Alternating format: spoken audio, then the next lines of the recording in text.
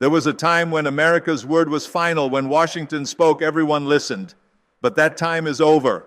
India, the world's biggest democracy and rising power, just showed the world how it's done. And America, they're still trying to figure out what hit them. This isn't about trade deals or angry tweets. This is about the big shift happening right now where old rules don't work anymore. This is how India played the game better and left America looking weak. Look, sanctions used to be the magic bullet. That's what people don't get. It wasn't about being right. It was about control. America had this system where if you stepped out of line, you got punished. Trade with someone we don't like, boom, sanctions. Buy oil from the wrong guy, economic pressure. Go against our wishes, financial pain. For decades, it worked perfectly because America controlled everything. The dollar, the banks, the trade routes, even the news. But here's the thing, that system is broken now. It's like trying to use a typewriter in the iPhone age. The world moved on, but America's playbook didn't. You've got countries now that don't need American permission to survive. Places like India, China, Brazil are building their own systems, their own partnerships, their own ways of doing business. Every time America threatens sanctions, they're actually pushing these countries to find new solutions.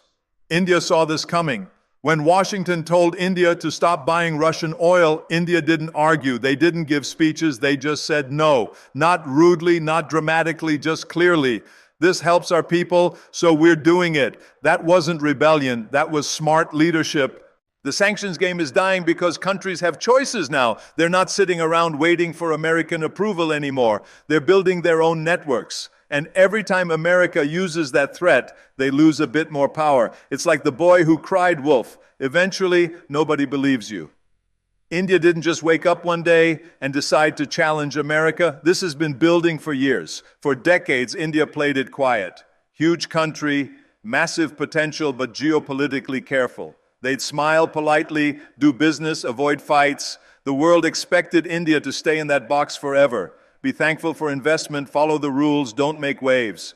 But that India is gone. Under Modi's leadership, everything changed. It's not about picking fights or making enemies. It's about dignity. India is done being treated like America's little brother. They're not a branch office of Washington's foreign policy. They're a major power with their own needs, their own plans, their own future to build. You see it everywhere now. India signs military deals with America, then makes energy deals with Russia. They join Western groups, then sit at tables with China. They work with American tech companies while building their own tech at home. They're not picking sides. They're picking what works for India every single time. This kind of independence scares old powers because for so long, world politics was simple. You're either with us or against us. Pick a team and stick with it. But India is saying something new. We're on our own team. They don't need babysitting. They don't need permission. That's scary for empires built on controlling others. And India isn't just talking big. They're backing it up with action, protecting their borders, building roads and factories, growing their economy, spreading their influence. Real power doesn't need to be loud. It just gets things done. And India's getting a lot done these days. When India refused to stop buying Russian oil, it wasn't just about energy. It showed something much bigger. American influence is cracking. Trump's reaction proves it. Trump works on one simple idea. Power means respect. You threaten, people back down. You pressure, people give in. You show strength, the world falls in line. That's the old way, and it worked for generations. America was the only option. If Washington wanted something, countries delivered, not because they loved America, but because they had nowhere else to go. But now they do. And when India kept buying Russian oil despite American anger, it broke that old system wide open. Trump saw this as betrayal. In his mind, friends should follow orders. America puts money in your economy, buys your stuff, gives you access to our markets, and you pay us back by doing what we say. Simple deal. But India didn't play along. They bought Russian oil. Lots of it, even when Western news channels went crazy about sanctions. Why? Because it made sense. It was cheaper, steady, and helped regular Indians. So Trump hit back with tariffs. 25% increases, trade blocks, financial threats. Classic American move, do what we say or get hurt. But here's the problem. It didn't work. India didn't panic or give up. They held their ground. And that's why Trump's really mad. Not because India said no, but because American threats don't scare big countries anymore. This is the new world. The weapons that gave America total control are getting weaker. Tariffs, sanctions, military shows, money pressure, these tools are losing their bite, especially against countries like India that are strong economically, confident politically, and no longer need American approval to survive. Trump's anger shows a bigger truth. The one superpower world is dead. The days of one country telling everyone else what to do are over, and leaders who still think in us versus them terms can't handle what's coming next. Energy runs everything. That's the real bottom line. You don't power a country on good intentions or nice speeches. You power it on fuel. India gets this better than most people in Washington. India's energy deals with Russia aren't some anti-American move. It's smart business based on what India needs. You've got 1.4 billion people in India, one of the fastest growing economies anywhere. Huge energy needs for factories, roads, power, everything. If you want to help millions of people live better lives, you need energy that's cheap, reliable, and secure. Russia, blocked from Western markets, was offering exactly that. Big discounts, sometimes 30% below normal prices. While Europe was struggling to find expensive energy, dealing with shortages and high prices, India locked in cheap oil deals, quietly, smoothly, no fuss. That's not choosing Russia over America. That's choosing Indian people first, which is what any government should do. But Washington saw it differently. They wanted everyone to boycott Russia completely, expecting countries to hurt their own people for American foreign policy goals. India said no. They paid in rupees and rubles, skipped the dollar system, and dealt directly with Moscow. That's innovation. That's independence. And that's a threat to American control. Because if India can buy Russian oil outside the American system and make it work, others can too. And that's the real danger for Washington. It's not about the oil. It's about the example. What India built is a new model, one where smart economics beats political pressure, one where countries put their own people first instead of following someone else's rules. The biggest mistake Washington made wasn't about oil or tariffs or Russia. It was about assumptions. They assumed India would obey, that pressure would work, that India would act like a junior partner in a system run by the West. That assumption, that old-fashioned 20th century thinking, is falling apart in real time. For decades, American foreign policy was built on influence. Soft power, hard power, economic power. Washington got so used to setting the rules that they forgot to check if anyone still wanted to play the game. They thought countries like India would always need their approval, that they'd trade freedom for access, loyalty for investment, obedience for inclusion. But India isn't interested in being managed anymore. This isn't the 1990s. India isn't struggling to find its place. It has one. It earned it. Fifth largest economy in the world, soon to be third. Biggest democracy, nuclear power, space power, tech power. They don't need a seat at someone else's table. They're building their own. And Washington didn't see it coming.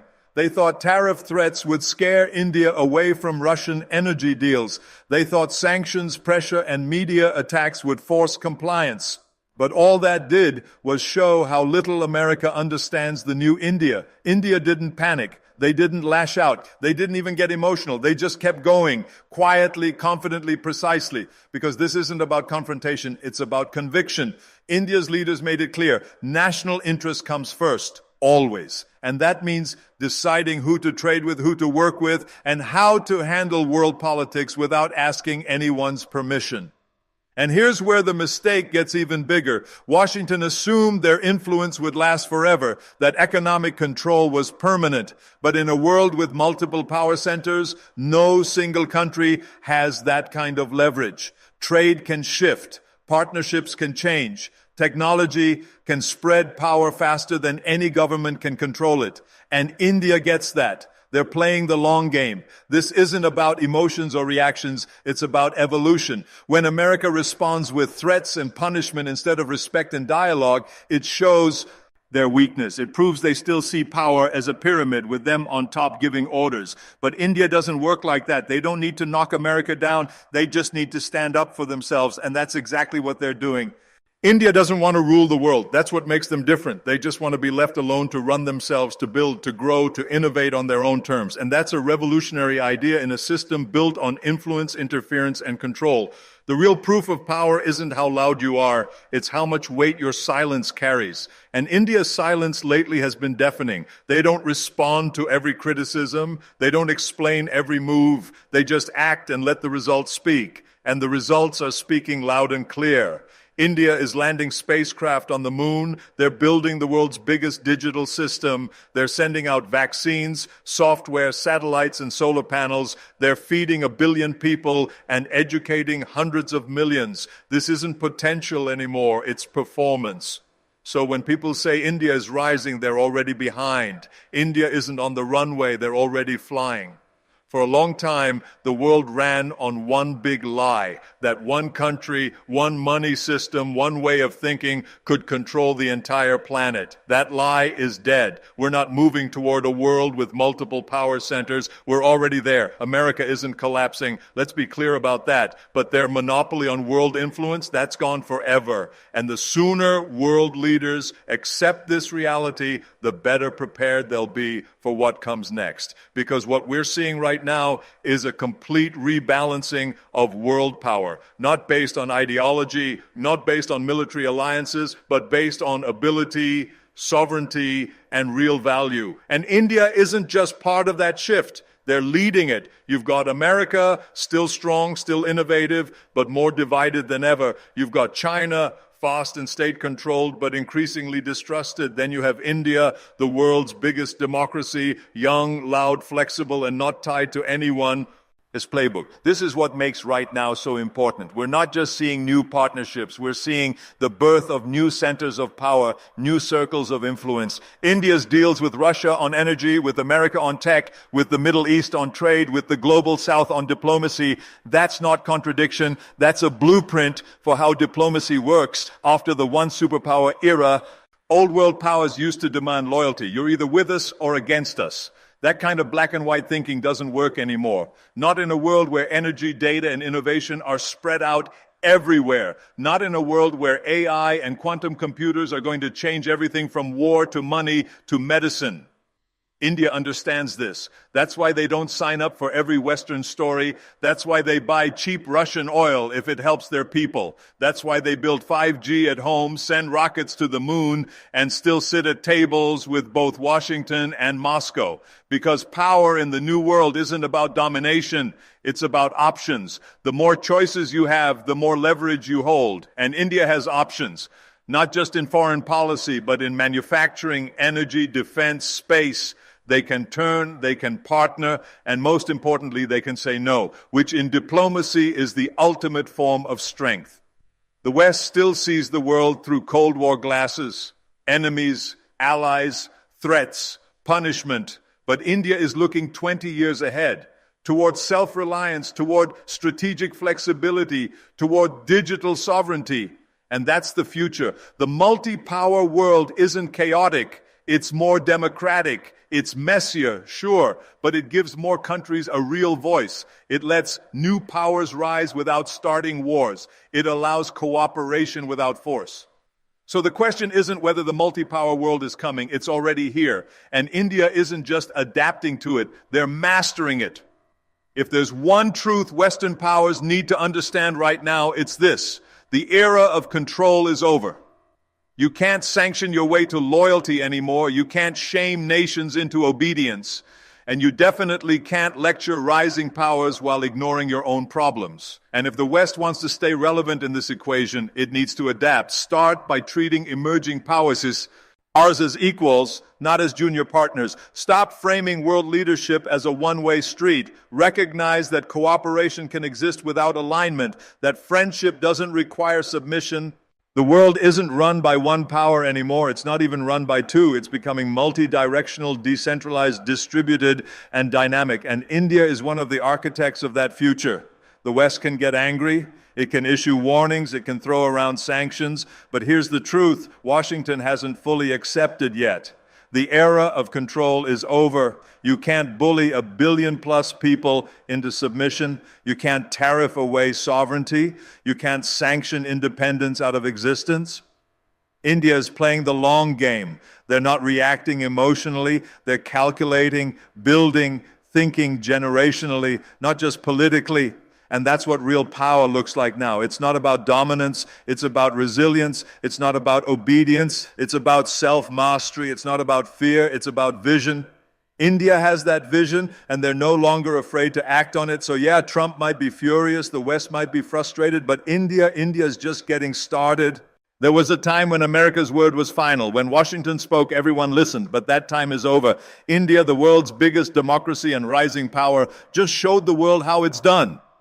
And America, they're still trying to figure out what hit them. This isn't about trade deals or angry tweets. This is about the big shift happening right now, where old rules don't work anymore. This is how India played the game better and left America looking weak.